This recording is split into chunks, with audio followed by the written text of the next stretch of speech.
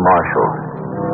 The story we shall bring you in a few minutes is titled The Man Who Ran Away. The wish to run away is a common one. Usually it is an impulse not too hard to resist, but often it is a compulsion, and there is no time to think what it is we are running away from, and what it is we are running to. How dare you? How dare you enter this house? I knocked two, 3 times. I could shoot you, you know. Please. And no one would blame me. You're trespassing. I know. And this is my house, and no one can come in here unless invited by me. But I invite no one.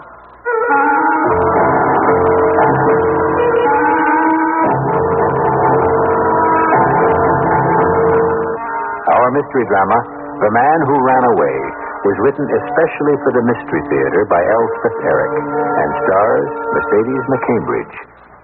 It is sponsored in part by Time Magazine and Buick Motor Division. I'll be back shortly with Act One.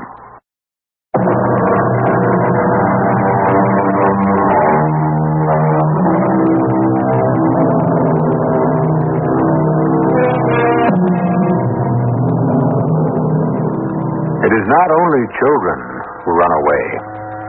Grown people do it too. With children, we're apt to call it an act of defiance. With a grown man, we're at a loss to say what it is. But I strongly suspect it is a cry of pain. Listen now to the story of David, the man who ran away. David, let me explain. Never mind, Mona. There are things you should know. I know enough. Where are you going? I have no idea. But we should talk about it. No, we shouldn't. Don't you want to hear what I have to say? You've said it all, Mona, my dear wife. You're taking the car. Yes, I am. But why are you doing this? Because I've got to get away. David, you can't. David, come back.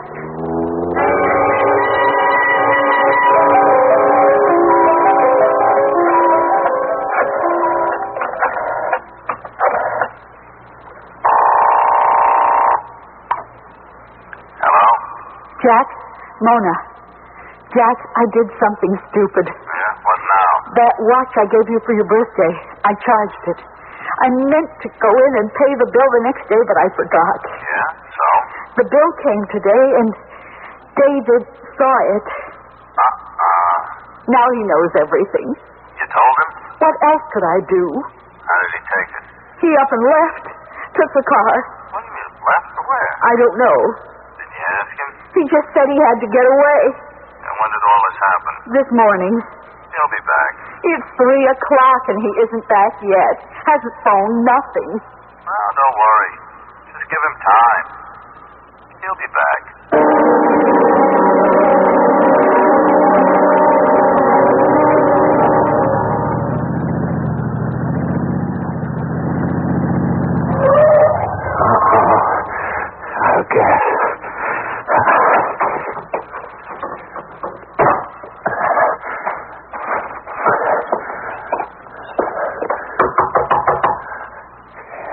Anybody home? Is anybody home? What are you... is anybody in here? Anyone? Oh, how dare you? How dare you enter this house? Well, I knocked 2-3 times. I could shoot you, you know. Please. You're trespassing. Please, my car is out of gas, and I wondered if I might This is my house, and no one can come in here unless invited. By me. I know, but... And I invite no one. I'm sorry. Hush. I didn't mean be to... quiet. It's just a horse. It's his horse. Oh, I can see it. Move away from that window. What? Don't stand in that window. Move away. Oh, all right. He might think it was I, standing there. Oh? On the other hand, no one could mistake you for me. No, not very likely. But he might think I'd invited you here. Well, I could explain He's very jealous, though he has no reason to be. But he loves me desperately. Well, I don't want to make any trouble for you. Oh, you won't. We all make our own trouble, don't you think? I don't know. I do. And that's the way it should be, huh? Come into the parlor, why don't you? We'll have a little talk. But the man on horseback... Don't worry about him. He'll be back tomorrow. In the morning, and again in the evening, tomorrow, and the day after, and the day after that, and so on. Please, come into the parlor. You will tell me your troubles, and I'll tell you mine.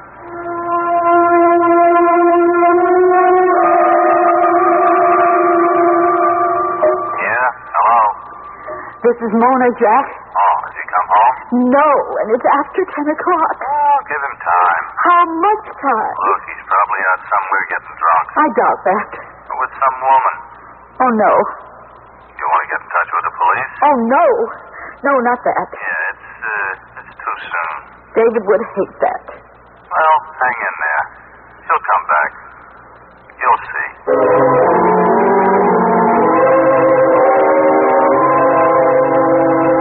Everyone has troubles, you know. Little problems of one kind or another. I'm sure that's true. You haven't told me much about yours. Well, you haven't told me anything about yours. Oh, mine can wait.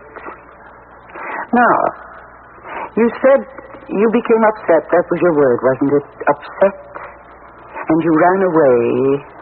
You kept running, not knowing what you were running to. Not caring. Simply running away. From what? From something unpleasant. You're a grown man. How old are you? 36. Have you always run away from each unpleasantness, such as losing a job, being snubbed by a friend, reprimanded by a superior, things like that? No. Then this unpleasantness was something more than unpleasant.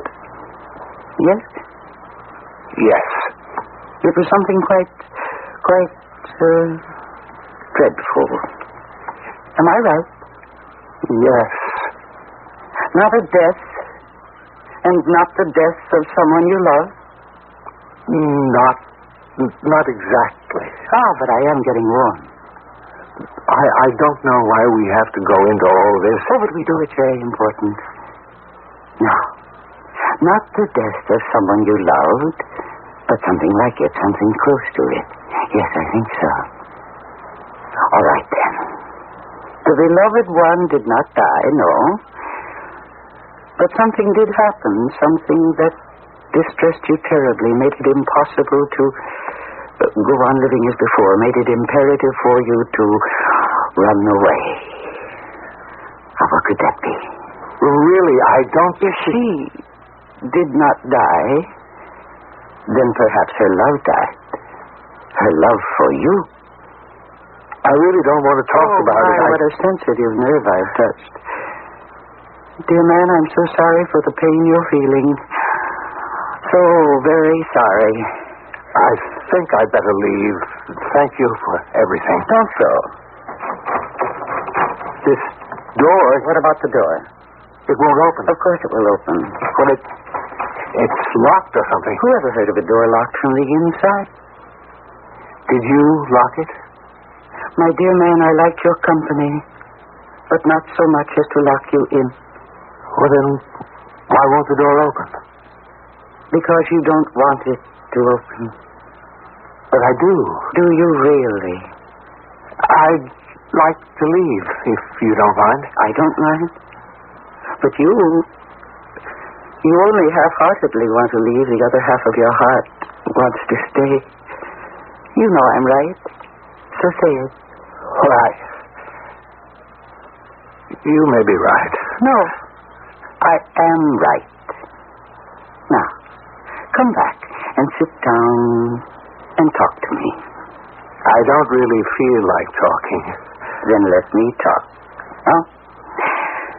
Her love for you died, not little by little, or the shock wouldn't have been so great. Am I right so far? You're right about the shock. Then the love may have been dying for some time, but you only just now discovered the truth. Yes. I'm not so naive as to think you found them locked in an embrace in bed. No, nothing like that. I believe you found out in some foolish, fatuous way. It was something really inane that led to the truth, was it not? She gave him a watch. An expensive watch. Yes. And she charged it to our account. I saw the bill. Oh, how very idiotic of her. Is she an idiot? No, Then she must be very inexperienced. I suppose. This is probably her first infidelity. Perhaps. Oh, certainly, without doubt.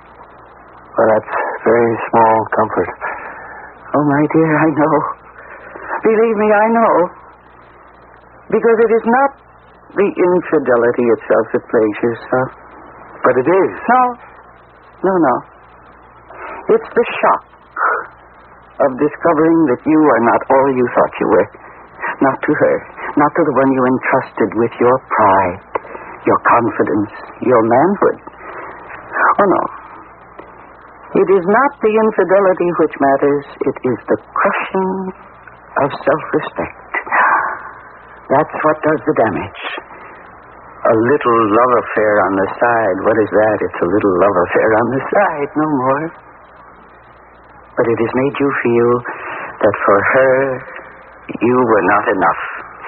That you did not suffice to keep her happy and content. That she needed a little love affair. That is what hurts. Are you crying a little? I guess I am. Well, good. It's only right and proper that you should. I'm sorry. If one does not weep for one's lost innocence, then for what should one weep? I didn't know that I was quite so innocent. No. You thought you were grown up and sophisticated and immune to shock. Well, we all think that until the blow falls. Now, what to do with you? You want me to leave? Not at all. I want you to stay. Let me give you some wine. Oh, no, thanks. No? Some men would run away into wine or whiskey. Not me.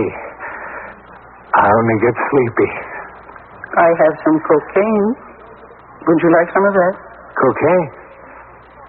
Oh, no. I don't use any kind of drug. I don't even like to take aspirin. There are those who run away to drugs to help the pain. Well, I'm not one of them. So, what are we to do with you?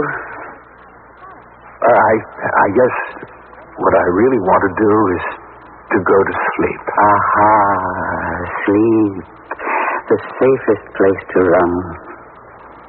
Would you like to sleep here? There are plenty of beds. Well, if you don't mind. Come.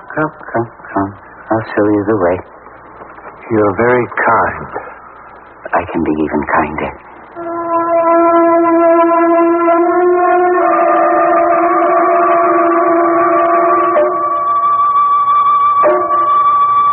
Alone in a strange house with a woman a little more than strange. Is this what our man has run away to? Is this the escape that he sought? Or merely the one he stumbled upon? Or is it the one he was inevitably drawn to? I'll be back shortly with Act 2.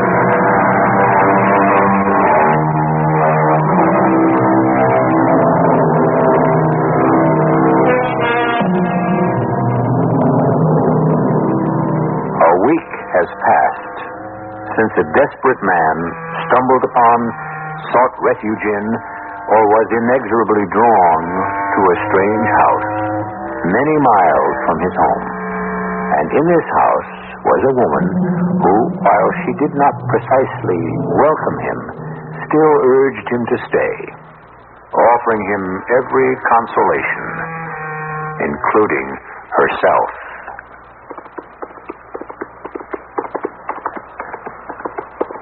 What's happening here? Well, the man on the horse. You were standing in the window. No, I wasn't. He saw you. No. Well, then why did he turn in and come up to the house? I don't know. I think he's leaving. Get away from the window. He can't see me. He isn't looking this way. He's never done that before. Actually come up to the house. Was that so terrible? He's supposed to wait for the signal. He rides past each day, in the morning and again just before it grows dark, waiting for the signal that I have forgiven him. Who is he? He is my husband, of course. Who did you think he is?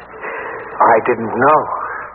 And when he sees me standing in the window, dressed in my white muslin, the one with the lavender ribbons and the blue rose, then he will know that I have forgiven him, that he may enter this house, and I will be his again. I see. At least I think He's getting impatient, wouldn't you say? Else he'd never have turned in and come up so close to the house. Poor darling. I can't blame him. It's been a long time. How long can a man wait for his wife to forgive him?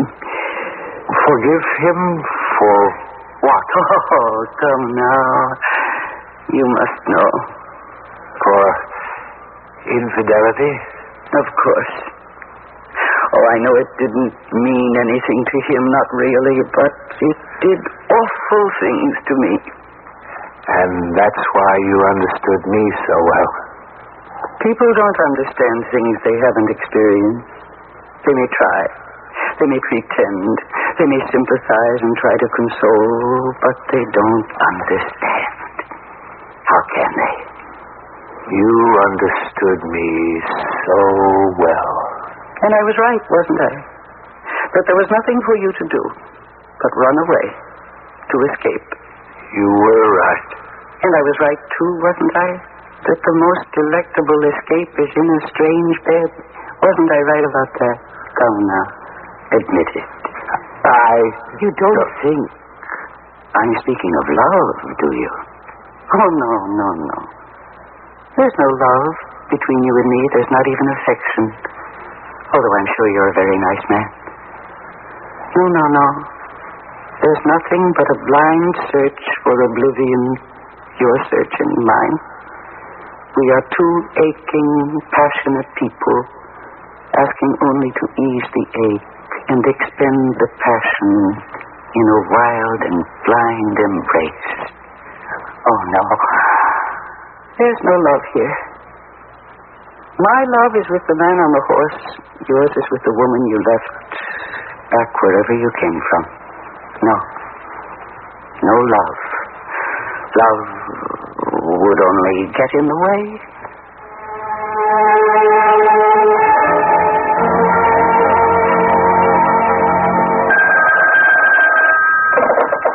Hello? Is this the David Trent residence? Yes. Who is this? Is Mr. David Trent there? No. Not right now. When do you expect him? I'm not sure.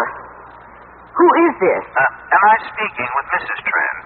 Yes. Do you own a red sedan car, Mrs. Trent, license plate number XM458? Why, yes. Who is this, please? Your car was stolen recently, is that right? Why do you say that? Well, because I saw it parked down the road from where I live, in front of an empty house. Where do you live? Outside the town of Marathon. I'm sorry, I never heard of it. Well, it's a very small town between Norbury and Kermack. I'm afraid I never heard of them either. Well, they're all very small towns, madam, you see, in the mountains. But if you want to reclaim your car, I can tell you how to get there. You say the car is parked in front of an empty house. Is it all right? I mean, there wasn't an accident or anything. Well, it looked all right. Are you sure the house is empty? Oh, yes. How do you know? I own it.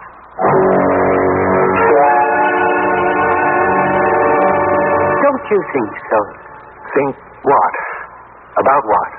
That love would only get in the way? In the way of what? In the way of our little retreat.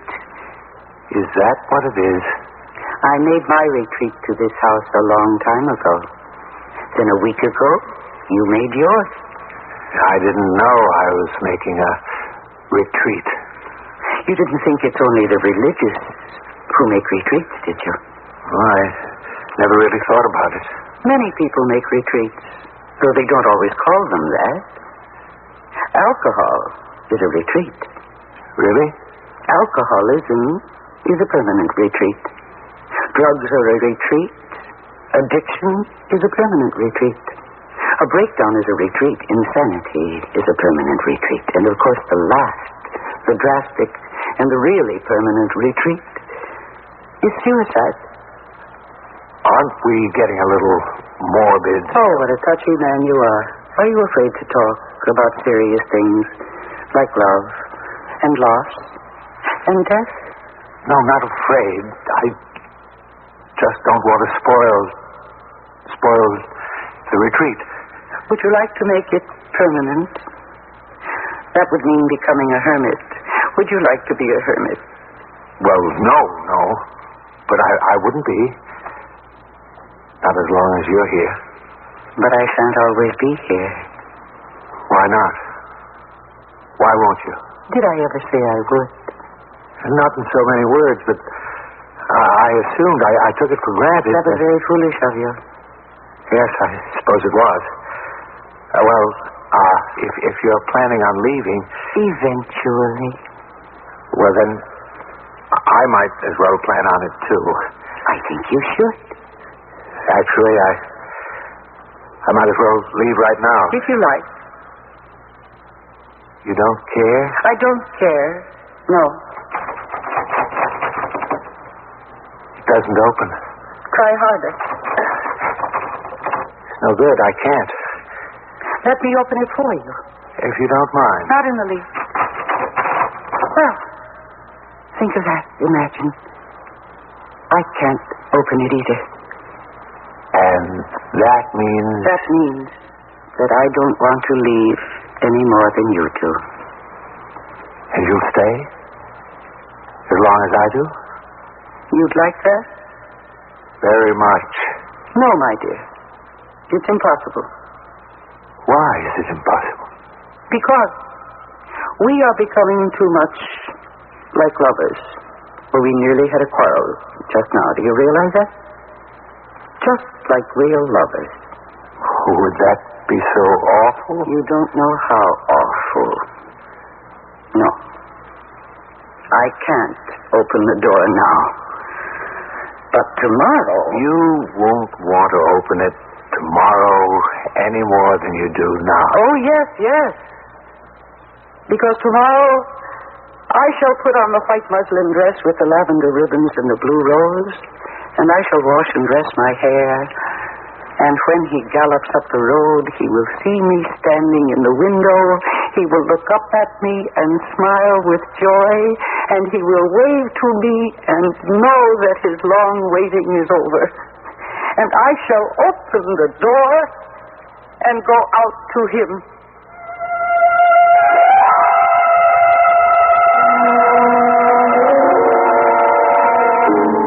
Yeah, hello?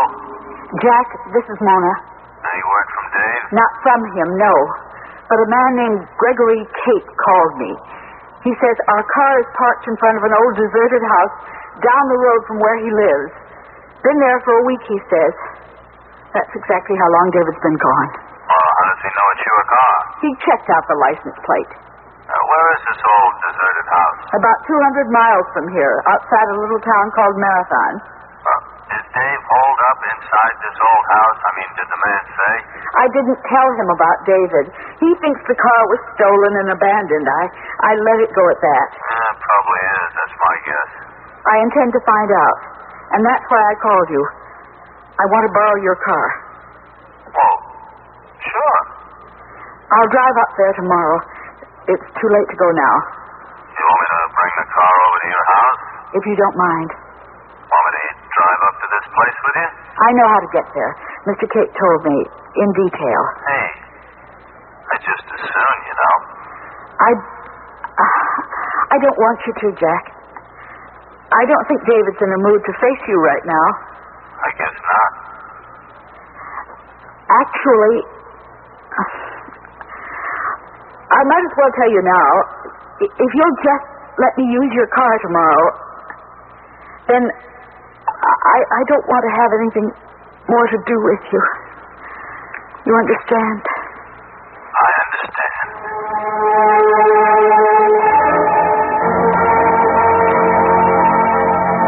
Aren't you coming downstairs? Soon. Yes, soon. I'm so afraid of losing you. Sometimes I think I have, or that I never really found you. Can you hear me? I'm busy. Doing what? You see. Well, not... You're not. Oh, not yet. Here I am. You may look... Well, what do you think? Do you like it? Come now, be honest. Tell me, do you like the way I look? Yes. You really mean it? Oh, yes. I'm sorry it took so long. But this is a very elaborate dress. And my hair is so difficult to handle. That's the dress, the white muslin with the lavender ribbons. Where's the blue rose? It was so faded and a little crushed. I don't think he'll notice that it's missing if he remembers that it was ever there. No man could ever forget you in that dress. It is pretty, isn't it? And it's becoming, isn't it? It suits me, don't you think? You're going to stand in the window, aren't you? In that dress. Of course I am. I told you I would when I thought he'd suffered enough. He'll be riding by very soon now. Yes, any minute. What kind of pose shall I assume? Oh, perhaps a hand to one cheek. Would that be good? Come away from that window. Or would it be better if I were just full face with my arms at my sides? Very simple, very unaffected. Come away from that. Don't touch me. Don't you dare touch me. You can say that after everything That is we've... over. It's over. Oh, I think you've mussed my hair. Well, it can't be helped. I've always told you my retreat wasn't permanent, that the day would come. But not today. Why not? I think I hear him. Oh, yes, it is. How do I look? Oh, no matter, it's too late to think about that now. Oh, hear how fast he gallops. He was always like that. Always at a hard gallop on these back country roads. There he is.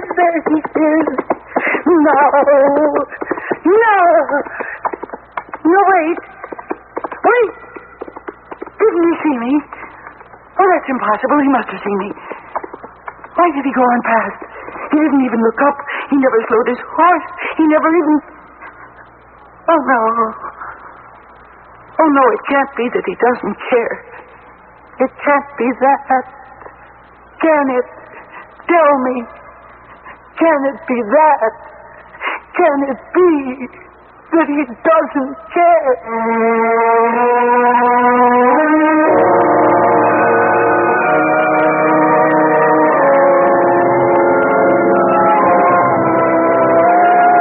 To err is human. We all know that only too well. But is it really so divine to forgive?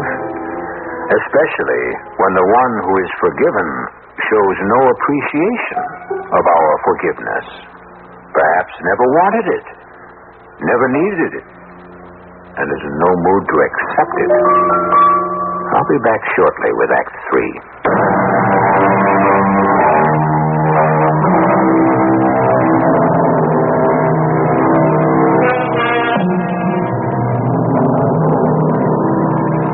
David Trent, the man who ran away, has spent the past week in a strange house with a woman he has come to know intimately, who, in our last act, stood at one of the front windows of the old house, listening to the sound of hoofbeats approaching. Here he is. No! Didn't he see me? He must have seen me. Why did he go on past? He didn't even look up. Oh, wait. What are you doing? I have to call him back. It can't be that he doesn't care. Oh, what's the matter with this door? Can't you open it? Of course I can. Why doesn't it open? You said to me the day I got here, you don't want it to open. That's why.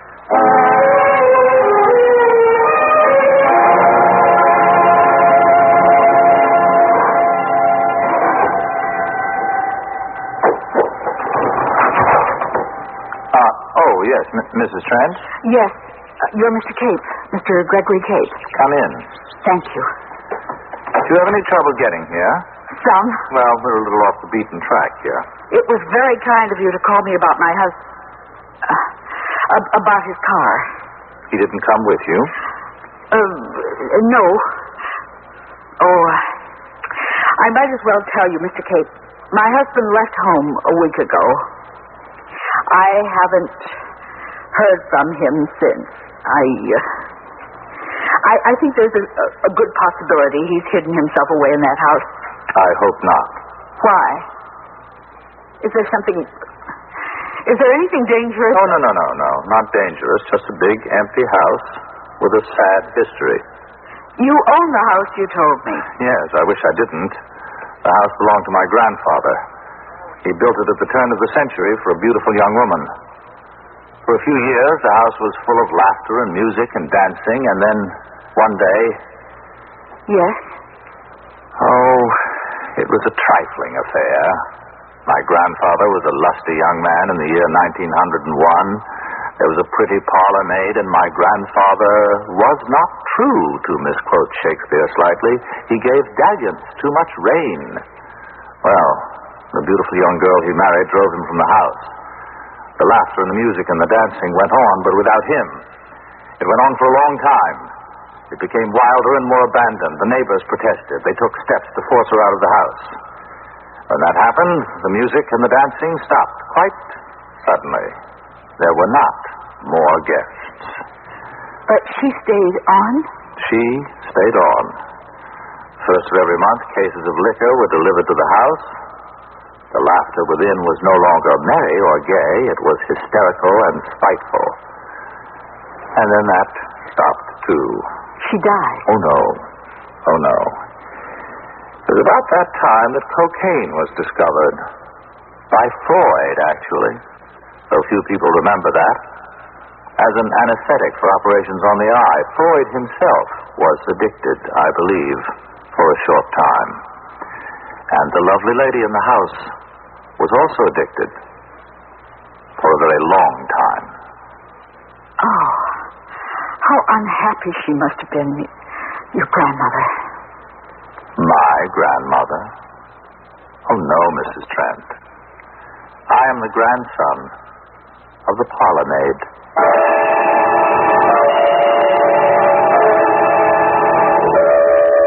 Was I too ugly? Is that why he didn't stop? Have I grown old and hideous? No. That can happen, you know. A woman doesn't always realize what time is doing to her. She thinks she's always 18. Is that what's happened to me? No, believe me. My pretty dress? Has it turned yellow? Have the ribbons faded? It's still very pretty, and so are you. Do you mean that? With all my heart.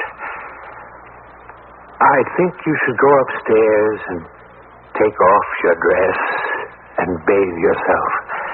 I could do that, I suppose. And then lie down upon your bed and sleep for a while. Should I do that? Didn't you tell me that sleep is the safest retreat of all? I did say that, didn't I? You know, I think you were right about the door. It wouldn't open because I didn't really want it to open. Not really.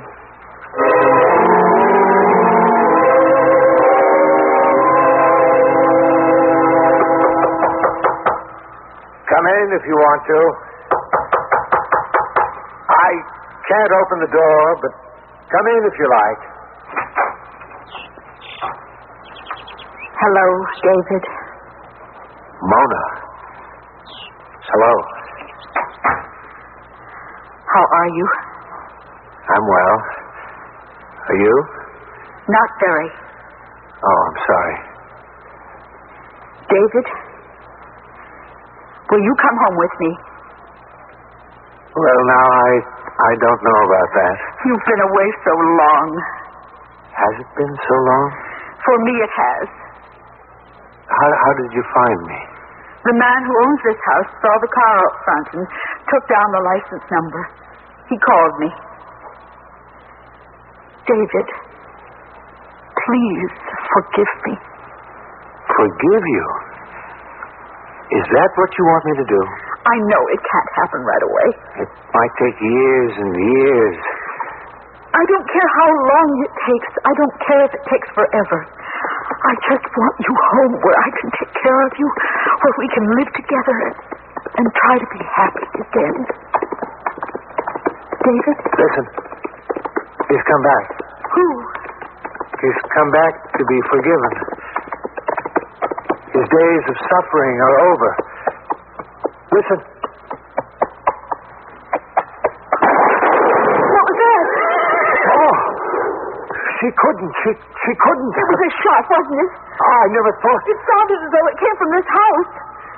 David! There's a man outside, lying on the ground. The door opened. Oh, there he is. There's his horse. See, the Cape. Oh. It's Mr. Cape. What in the name? What happened? We heard a shot. We thought you'd been shot. No. My horse stumbled and I went off. That's all that happened. I must have blacked out. But you're not hurt? Well, you can see I'm not hurt. But it's this house. It's this cursed house. I should never have ridden down here, but I was concerned about you, Mrs. Trent. Ow. Well, at least I see you found your husband. Yes. Yes, this is David. Mr. Cave. You do a lot of riding, don't you? On horseback? Every day. The same horse every day? Yes? Have you ever, Mr. Cape, known your horse to stumble on flat ground, moving at a walk? A slow walk, Mr. Cape?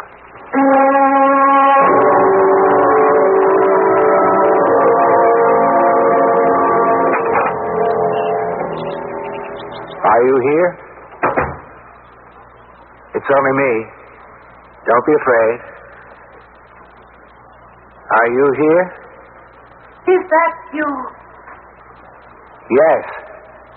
I'll come down. I'll wait. Have you come to make another retreat? No.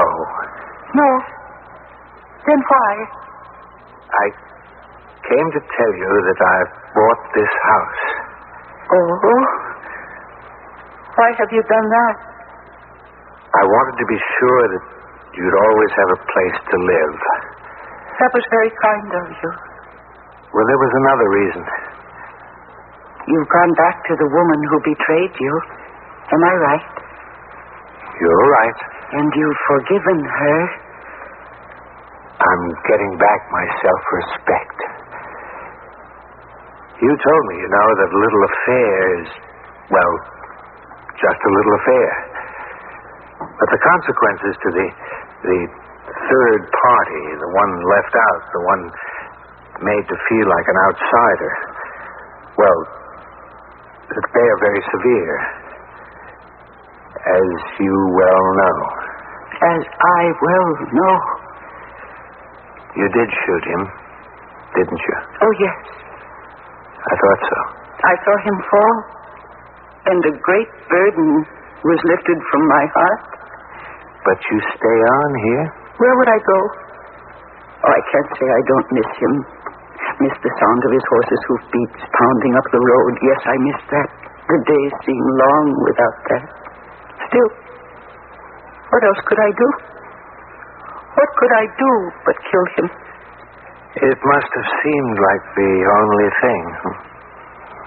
You were going to tell me the other reason why you bought this house. You said you bought it for me. But there was another reason. Yes. I bought it for myself.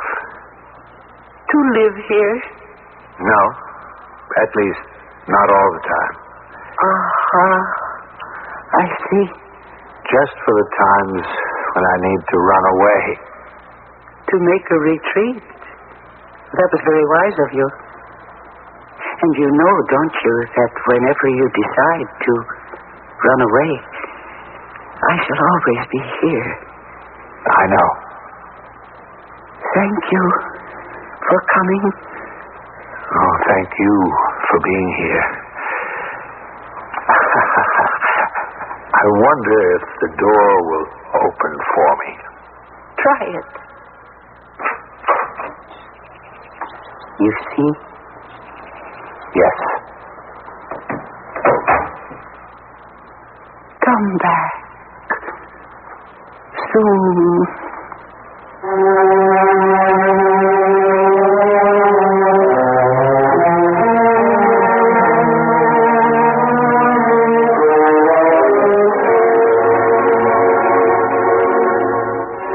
Of us must make our retreats from life and its harshness the best way we can. It is very nice if you can take a vacation in some far-off place. It is also nice to shut oneself in one's room and read old books. But only David Trent knows a house where he is perpetually welcome. A house occupied by a certain woman of indeterminate age. I'll be back shortly.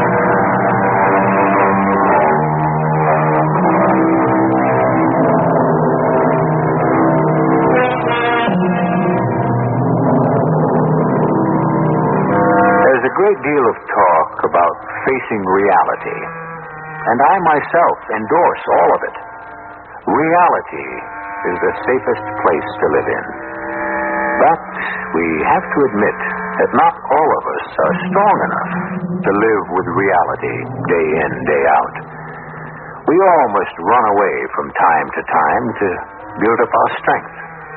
The thing is, we must always know the way back. For us, the door must always open. Our cast included Mercedes McCambridge, Robert Dryden, Martha Greenhouse, and William Redfield. The entire production was under the direction of Hyman Brown. And now, a preview of our next tale. Look what I found. There's an Indian arrowhead among the rocks. Well, that's unusual. There's a design on it. Here, let me rub off more of the moss. It's heavily encrusted. Must have been here for hundreds of years. Good. Drums. Beg your pardon? Drums. Indian drums. Hear them? Drums. What are you talking about? I don't hear anything. Here. Any idea what this design means, Colonel? Well, they're gone. They're gone. What? You didn't hear the Indian drums? No. When you rubbed the arrowhead, I distinctly heard drums. When you handed it to me, the drums stopped. Radio Mystery Theater was sponsored in part by Buick Motor Division and Time Magazine. This is E.G. Marshall inviting you to return to our Mystery Theater for another adventure in the macabre. Until next time, pleasant dreams.